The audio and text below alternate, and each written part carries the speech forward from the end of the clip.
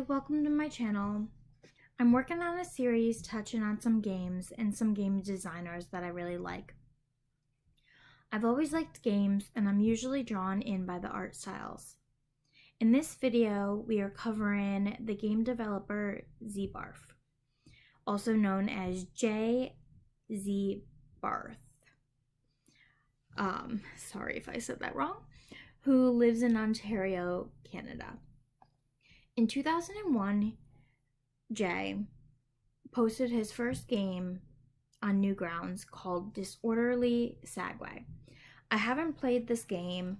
I found Zeebarf when he came out with The Visitor in 2007. It was a huge hit and had over 70 million gameplays worldwide. It's such a fun, quirky game. You land on Earth as this teeny tiny alien and go around eating things to get bigger. The gameplay is point and click adventure style. Apparently you can get this game on mobile phones now. I haven't looked into getting it, but now I really want to.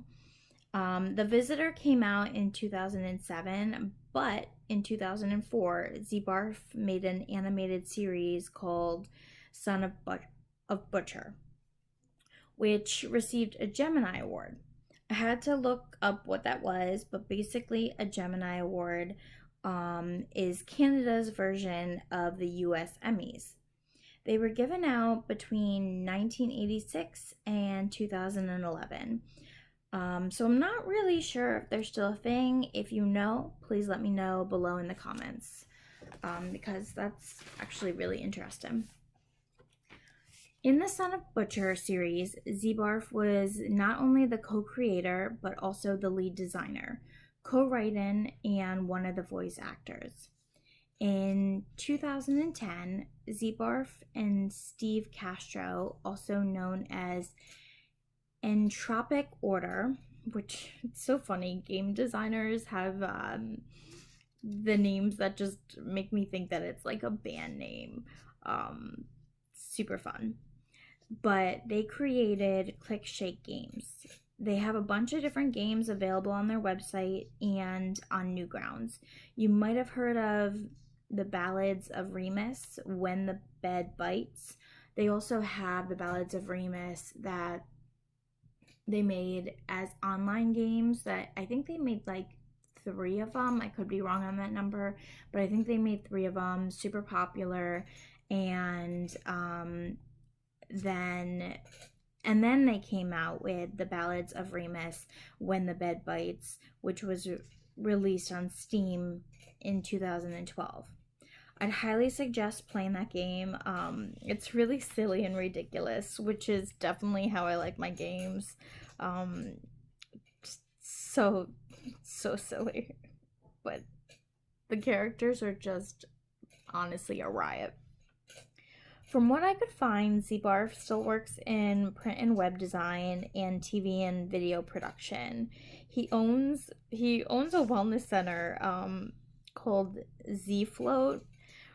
I think it's when you go in like a dark room with water and you float and it's supposed to be ultra relaxing. I don't know if I could do it personally. It sounds interesting. I don't really like the dark. I would either really like it or be scared shitless. So not sure how I feel about that. But I think it's cool that he does own that. And I looked it up on Google and it has 4.8 stars, which is good for him. Sounds super clean and great customer service. Awesome. We like that in business owners.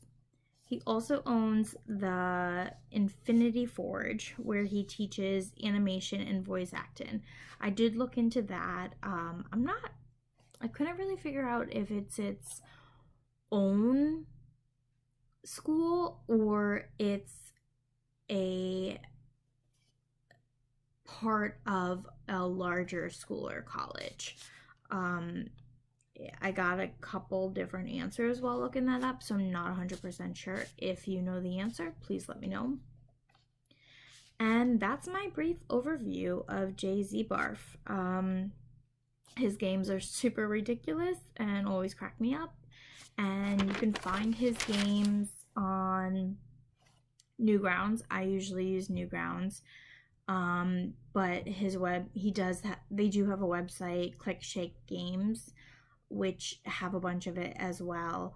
And I've gotten games off of that before. And then I do have the game from Steam. So basically I'd like to hear if you've played any of their games or his games and what you think. Please be respectful to each other and to me. And thank you for checking this video out. Okay, bye.